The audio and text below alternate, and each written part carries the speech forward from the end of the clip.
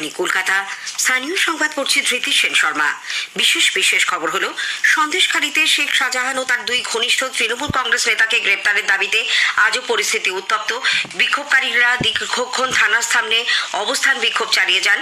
রাজ্য পুলিশের এডিজি আইন শৃঙ্খলা অবশ্য জানিয়েছেন পরিস্থিতি নিয়ন্ত্রণে। রাজ্যের মন্ত্রী পার্থ ভৌমিক সন্দেশখালীর ঘটনাকে অনভিপ্রেত বলে উল্লেখ করেছেন। বিজেপি এ ব্যাপারে কেন্দ্রীয় স্বরাষ্ট্রমন্ত্রীর হস্তক্ষেপ দাবি করেছে।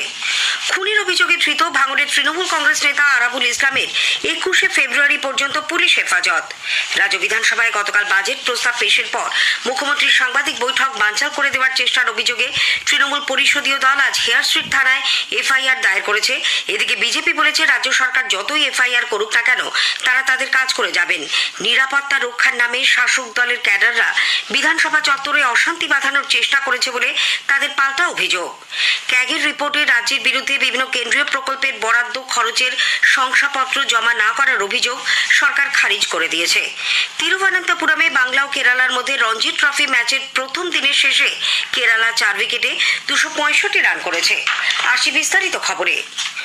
উত্তর 24 পরগনার সন্দেশখালীতে দুই তৃণমূল কংগ্রেস নেতা ও উত্তর 24 পরগনার জেলা পরিষদ সদস্য শিবু হাজরা এবং উত্তম সর্দারকে গ্রেপ্তারের দাবিতে আজও পরিস্থিতি উত্তপ্ত হয়ে ওঠে।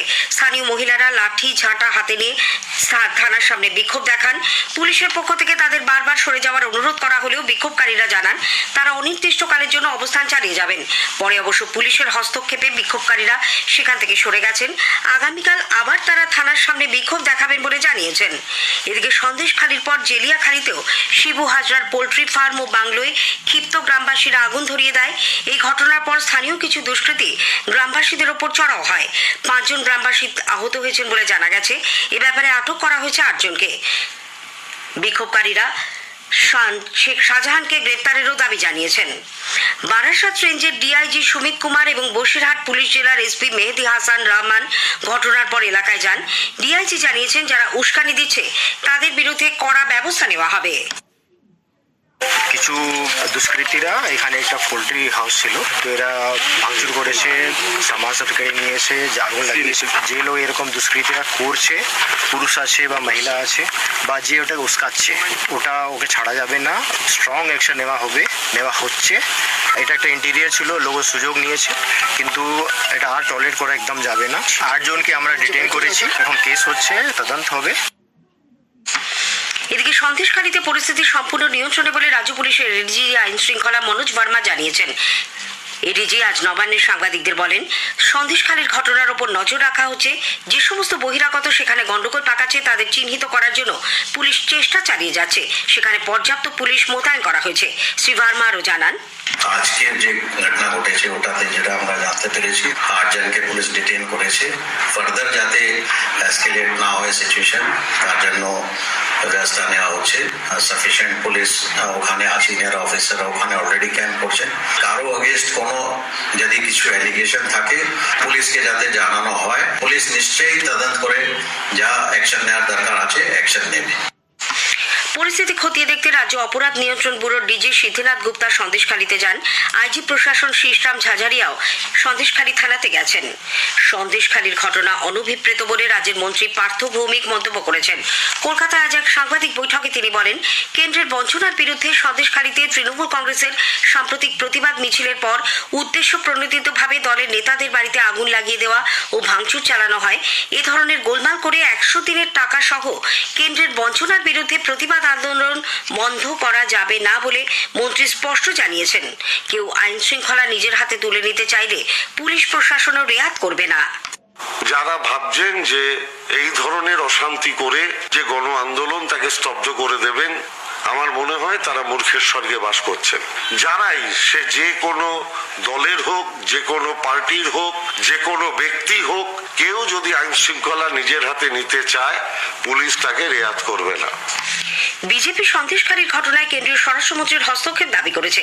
দলের রাজ্য সভাপতি সুকান্ত মজুমদার স্বরাষ্ট্রমন্ত্রী অমিত শাহকে লেখা এক চিঠিতে অভিযোগ করেছেন, সন্দেশখালীতে আইন শৃঙ্খলা পুরোপুরি ভেঙে পড়েছে। শেখ শাহজাহান ও তার অনুগামীদের আশ্রিত দুষ্কৃতীরা ইডি আধিকারিকদের ওপর আক্রমণ চালিয়েছে এবং বর্তমানে গ্রামবাসীদের ওপরেও আক্রমণ চালাচ্ছে। অবিলম্বে এ বিষয়ে কড়া হস্তক্ষেপ ও পদক্ষেপ নেওয়ার জন্য শ্রী মজুমদার স্বরাষ্ট্রমন্ত্রীর কাছে আর্জি জানান। বিরোধী দলনেতা শুভেন্দু অধিকারীও জানিয়েছেন, সন্দেশখালীর ঘটনা অনভিপ্রেত। এই ঘটনা গ্রামবাসীদের দীর্ঘদিনের জমে থাকা ক্ষোভের বহিঃপ্রকাশ। বারুইপুর জেলা পুলিশ সুপারের অফিসের সামনে আজ বিজেপির মিছিল ঘিরে ধুন্ধুমার বাঁধে। পুলিশের সঙ্গে ধস্তাধস্তি বেঁধে যায় বিজেপি কর্মীদের। তারা রাস্তায় বসে পড়লে পুলিশ লাঠিচার্জ করে হটিয়ে দেয়। ভাঙড়ের তৃণমূল কংগ্রেস নেতা আরাবুল ইসলামকে আজ বারুইপুর মহকুমা আদালতে তোলা হয়। আদালত চত্বরে প্রচুর পুলিশ ও র্যাব মোতায়েন ছিল। আদালত আরাবুলকে 21শে ফেব্রুয়ারি পর্যন্ত পুলিশ হেফাজতে দিয়েছে। উল্লেখ্য, আইএসএফ কর্মী মহিউদ্দিন মোল্লার খুনের ঘটনায় এফআইআর এর ভিত্তিতে গতকাল আরাবুল ইসলামকে গ্রেপ্তার করে উত্তর কাশীপুর থানার পুলিশ। বারুইপুর আদালতের সরকারি আইনজীবী সামিউল হক জানিয়েছেন, আজকে আমরা মহামান্য আদালতের কাছে 14 দিনের পিসি প্রেয়ার করেছি। সিটিতে যথেষ্ট রকম মেটেরিয়ালস আছে। আদালত ডিফেন্সকে আমাদের প্রসিকিউশনের তরফ থেকে শুনে 12 দিনের পিসি গ্র্যান্ট করেছে। এদিকে দলীয় পতাকা লাগানোকে কেন্দ্র করে ভাঙড়ের কোচপুকুরে আইএসএফ ও তৃণমূল কংগ্রেস কর্মীদের মধ্যে সংঘর্ষের জেরে আজ ব্যাপক উত্তেজনা ছড়ায়। আইএসএফ এর পতাকা ছিঁড়ে ফেলে তৃণমূল কংগ্রেস নিজেদের পতাকা লাগাচ্ছিল বলে অভিযোগ উঠেছে। দু পক্ষের মধ্যে ঝামেলা শুরু হলে পুলিশ পরিস্থিতি সামাল দিতে লাঠিচার্জ করে।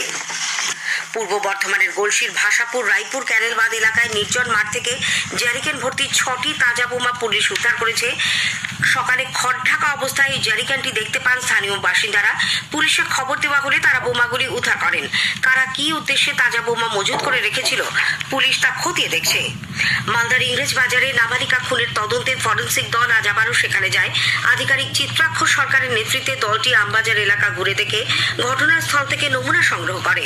উল্লেখ্য, সম্প্রতি উত্তর বালুচরে এক ব্যবসায়ীর মেয়েকে অপহরণ করে খুনের এই ঘটনায় পরিস্থিতি উত্তপ্ত হয়ে ওঠে।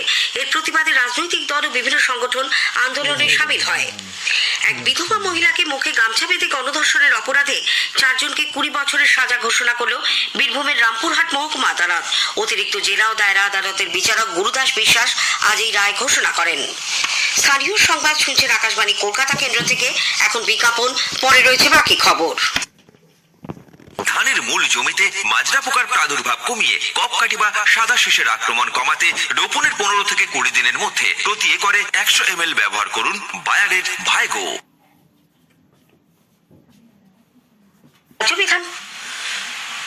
গতকাল বাজেট প্রস্তাব পেশের পর আজ অধিবেশনের দ্বিতীয়ার্ধে ওই বাজেট প্রস্তাবের উপর 3 ঘন্টা আলোচনা চলে। শাসক ও বিরোধী দলের সদস্যরা বাজেট প্রস্তাবের উপর আলোচনায় অংশ নেন। বিশিষ্ট অর্থনীতিবিদ বালুরঘাটের বিজেপি বিধায়ক অশোক লাহিড়ী, শঙ্কর ঘোষ প্রমুখ বিজেপি বিধায়ক রাজ্য বাজেটকে অন্তঃশ্বাস শূন্য নির্বাচনী চমক আখ্যা দিয়ে তীব্র সমালোচনা করেন। এদিকে শোভনদেব চট্টোপাধ্যায়, দেবব্রত মজুমদার, হুমায়ুন কবিরের মতো সরকার পক্ষের বিধায়করা বাজেটের সমর্থনে বক্তব্য রাখেন। আগামীকালও বিধানসভায় বাজেট প্রস্তাবের উপর 2 ঘন্টা আলোচনা হবে। তারপর অর্থমন্ত্রী জবাবি ভাষণ দেবেন। এদিকে বিধানসভায় গতকাল বাজেট প্রস্তাব পেশের পর মুখ্যমন্ত্রী মমতা ব্যানার্জির সাংবাদিক বৈঠক বানচাল করে দেওয়ার চেষ্টার অভিযোগে তৃণমূল পরিষদীয় দল আজ হেয়ার স্ট্রিট থানায় এফআইআর দায়ের করেছে। কারা ওই সাংবাদিক বৈঠক বাতিল করার চেষ্টা করেছিল পুলিশকে তা তদন্ত করে দেখতেও বলা হয়েছে। উল্লেখ্য, গতকাল মুখ্যমন্ত্রীর ভার্চুয়ালি এই সাংবাদিক বৈঠকে বিধানসভার প্রেস কর্নারে সাংবাদিকদের যোগ দেওয়ার কথা ছিল। সেই সময় সেখানে বিরোধী দলনেতা শুভেন্দু অধিকারীর প্রেস কনফারেন্স চলেছিল। মুখ্যমন্ত্রীকে সেই জন্য বহুক্ষণ অপেক্ষা করতে হয়। পরে তিনি সাংবাদিক বৈঠক শুরু করলে সেখানে কেবলের সংযোগকারী তার কেটে দেওয়া হয় বলে শাসক দলের তরফে অভিযোগ করা হয়েছে। এদিকে শুভেন্দু অধিকারী বলেছেন, রাজ্য সরকার যতই এফআইআর করুক না কেন তারা তাদের কাজ করে যাবে। এর আগেও তারা বিরুদ্ধে থানায় এফআইআর দায়ের করা হয়েছিল। আগামী দিনেও যতই অভিযোগ দায়ের হোক তারা কোনো মতেই পিছু পা হবেন না। 12 সাল থেকে এটার নিয়ম করেন, বিধানসভার সেশন ছাড়া কেউ মিডিয়া সেন্টার ইউজ করতে পারবে না। আজকে সেশন চলার সময় মিডিয়া সেন্টারে তালা লাগিয়ে গণতন্ত্রের চতুর্থ স্তম্ভ সাংবাদিক এবং মিডিয়া তাদেরকে কণ্ঠরোধ করা হচ্ছে। গণতন্ত্রের পীঠস্থানে এই অগণতান্ত্রিক স্বৈরাচারী কাজ প্রমাণ করে এরা উত্তর কোরিয়ার শাসকের থেকেও ভয়ঙ্কর এবং সংকীর্ণ মানসিকতায় ভুগছে। মিডিয়া অসুবিধার সামনে পড়বে আমাদের কোনো অসুবিধা হবে না। শুভেন্দু পাল্টা অভিযোগ করেন নিরাপত্তা রক্ষীর নামে শাসক দলের ক্যাডাররা বিধানসভা চত্বরে অশান্তি বাঁধানোর চেষ্টা করছে। কন্ট্রোলার অ্যান্ড অডিটর জেনারেল ক্যাগের রিপোর্টে রাজ্যের বিরুদ্ধে বিভিন্ন কেন্দ্রীয় প্রকল্পের বরাদ্দ খরচের শংসাপত্র জমা না দেওয়ার অভিযোগ রাজ্য সরকার খারিজ করে দিয়েছে। নবান্নে আজ এক সাংবাদিক বৈঠকে মুখ্য সচিব ভগবতী প্রসাদ গোপালিকা এবং অর্থ সচিব মনোজ পান্ত যৌথ সাংবাদিক বৈঠক করে বলেন, ক্যাগের রিপোর্টে বহু অসঙ্গতি রয়েছে, রাজ্য সরকার তা মানছে না। তিরুবনন্তপুরমে বাংলা ও কেরালার মধ্যে রঞ্জি ট্রফি ম্যাচের প্রথম দিনের শেষে কেরালা 4 উইকেটে 265 রান করে। বাংলার সুরজ, সিন্ধু, জয়সওয়াল, আকাশদীপ, অঙ্কিত মিশ্র ও শাহবাজ আহমেদ একটি করে উইকেট নিয়েছেন। স্থানীয় সংবাদ শেষ হলো।